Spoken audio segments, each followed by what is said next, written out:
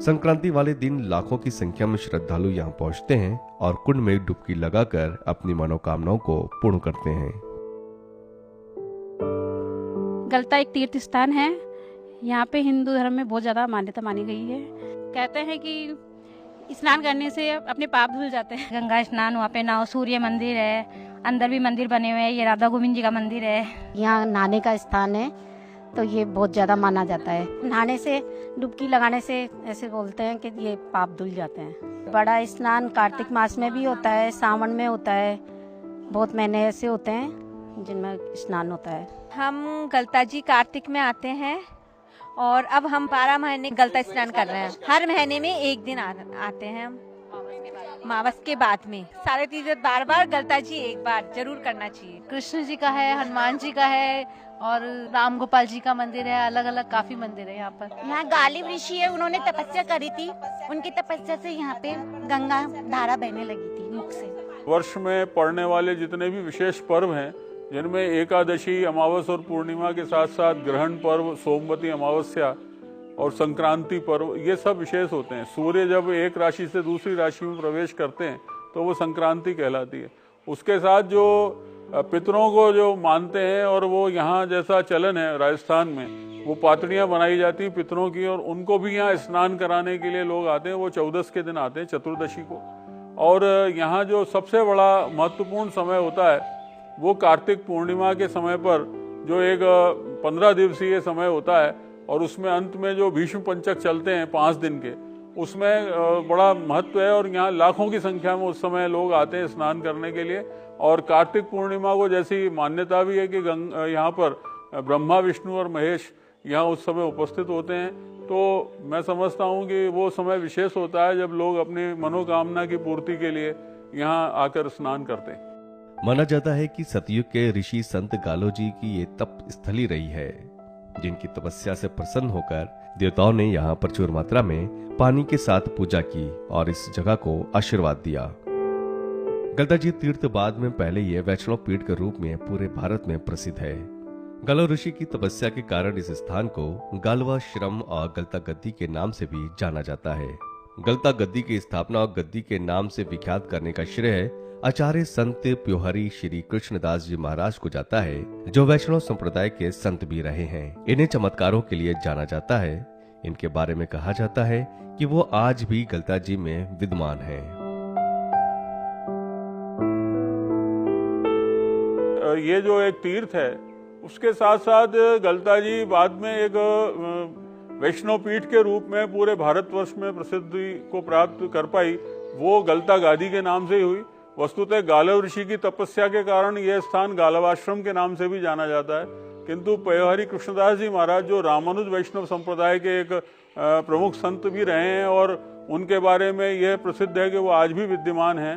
वो जो है विशेष रूप से अपनी चमत्कारिक और कुछ इस तरह की चीजें जो लोगों ने कभी देखी सुनी नहीं, ऐसी चीजों को उन्होंने स्थापित किया, और लोगों ने उनके प्रति वही आस्था व्यक्त की। और खास तौर से उस समय जो रियासतें थी, उनके राजाओं द्वारा इस गलता जी की गद्दी को मान्यता प्रदान की गई। गद्दी बनने के साथ ही यहाँ शुरू हुआ मंदिर के निर्माण का कार्य। सन 1503 के करीब मंदिर की स्थापना की गई, और मंदिर बनने के बाद ही राम भक्ति का केंद्र यहाँ स्थापित किया गया। साथ ही भगवान राम और कृष्ण के विग्रह भी यहाँ स्थापित किए गए। गलता गद्दी के रूप में जब बनी तो ये सारे निर्माण उस समय किए गए, और राम भक्ति का एक प्रमुख केंद्र यहाँ स्थापित उस समय हुआ। और भगवान राम के जो विशेष विग्रह हैं वो यहाँ स्थापित हुए, और उसके साथ साथ भगवान कृष्ण के विग्रह भी यहाँ स्थापित हुए, जो उस समय के काल में थे। और आज भी वो उसी रूप में, आज भी उनकी सेवा यहाँ अनवरत रूप से चल रही है। अरावली पहाड़ियों के बीच में स्थित गलता जी मंदिर घने पेड़ों और झाड़ियों से घिरा है। मंदिर की शानदार दीवारें, छत और गुंबदें मंदिर की भव्यता को और भी सुंदर बना देती हैं। गलता जी मंदिर एक शांत जगह है, जहां बचपन से ही बटुक अपनी धार्मिक शिक्षा ग्रहण करने यहां आते हैं और विद्वान बनकर दूसरों तक ज्ञान बांटते हैं।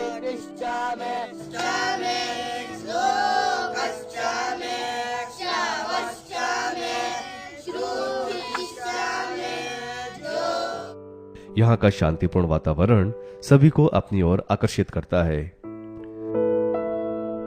शायद यही वजह है कि श्रद्धालु के साथ ही बड़ी संख्या में पर्यटक भी यहाँ आते हैं और यहाँ की शांति और खूबसूरती का आनंद उठाते हैं।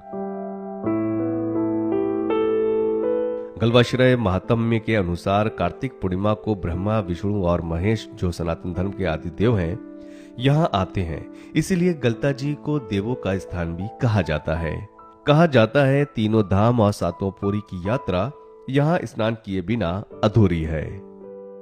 गलता जी की सबसे ऊंची पहाड़ी पर एक सूर्य मंदिर भी है, जो शहर से सबसे नजदीक करीब 3 किलोमीटर ऊंची पहाड़ी पर स्थित है,